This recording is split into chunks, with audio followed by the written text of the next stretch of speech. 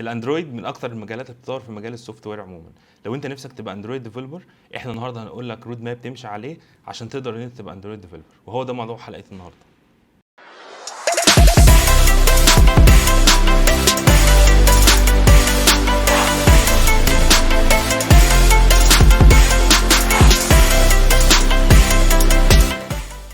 بدايه عشان تبقى اندرويد ديفلوبر كويس لازم يبقى عندك السكيلز بتاعت الاو بي كويسه جدا. الاو بي طبعا هي الاوبجكت اورينتد بروجرامينج. الاوبجكت اورينتد بروجرامينج من اهم السكيلز اللي لازم تكون عارفها عشان توصل على بدايه طريق ان انت تبقى اندرويد ديفلوبر.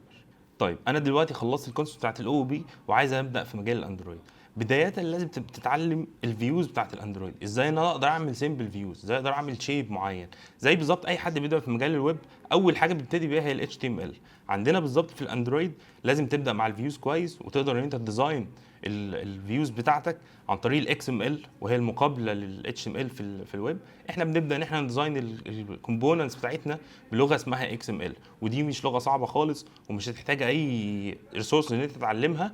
الموضوع سهل وبسيط جدا. طيب بعد ما اتعلمت الكونسبت بتاعت الاو بي، مطلوب مني بعد كده ابدا ان انا اتعامل مع الفيوز بتاعت الاندرويد. ازاي ابدا ان انا اعمل سيمبل فيوز بسيطه جدا، ودي بنعملها عن طريق حاجه اسمها اكس ام ال. الاكس ام ال هي مارك اب لانجويج زيها تقريبا بالظبط زي الاتش تي ام ال في الويب ديفلوبمنت. فاي حد بيبدا في مجال الويب بيتعلم الاتش تي ام ال الاول. انت برضو مطلوب منك ان انت عشان تبدا في مجال الاندرويد تتعلم انت تعمل سيمبل فيوز بسيطه جدا من غير اي تعقيد فيها عن طريق الاكس ام ال لانجويج. طيب بعد ما بدات اعمل سيمبل فيوز وتعلمت الفيوز وخلاص في الاندرويد، ابدا اتعلم يعني ايه اكتيفيتي. الاكتيفيتي هي المين كومبوننت في الاندرويد اللي بيبقى ليه يوزر انترفيس او اللي بيبقى ليه يو اي. فاليوزر عمره ما هيتعامل او عمره ما هيرن الابلكيشن بتاعك الا ولازم يشوف الفيو اللي انت عملته في الاول عن طريق الاكس ام ال فايل.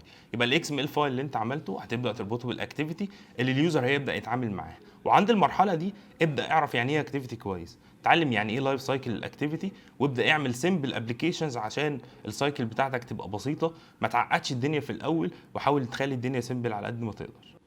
لغايه دلوقتي تقدر تقول ان انت عندك البيزكس بتاعت الاندرويد. الخطوه اللي جايه هتبدا تتعامل مع ريسايكلر فيوز، وريسايكلر فيوز هو الكومبوننت في الاندرويد اللي نقدر نعمل بيه ليست اوف داتا. فتقريبا عمرك ما هتشوف ابلكيشن من غير ما يكون فيه ريسايكلر فيو. خد وقتك على قد ما تقدر في الريسايكلر فيو لان ده مكمل معاك طول ما انت شغال في الاندرويد. خلصت الريسايكلر فيو هنبدا في حاجه اسمها فراجمنت. الفراجمنت هي الخطوه اللي بعد كده. الفراجمنت هو جزء من اليو اي اقدر اغيره في وقت الران تايم. فالفراجمنت جزء من الاكتيفيتي اقدر ان انا اتحكم فيها في وقت الران تايم. ودي بتفيدني في ايه؟ تقدر تفيدك في حاجه زي النافيجيشن.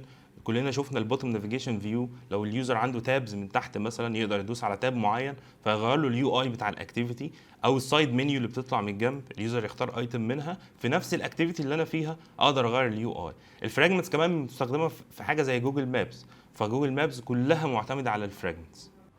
بعد كده هبدا اتعامل مع الثيرد بارتي لايبريز، وديت لايبرري بتكون موجوده اوبن سورس بتوفر لي فيتشر معينه في الديفلوبمنت ببدا ان انا استخدمها من غير ما ابدا ان انا اكتب الكود بتاع اللايبرري دي كلها من اول وجديد.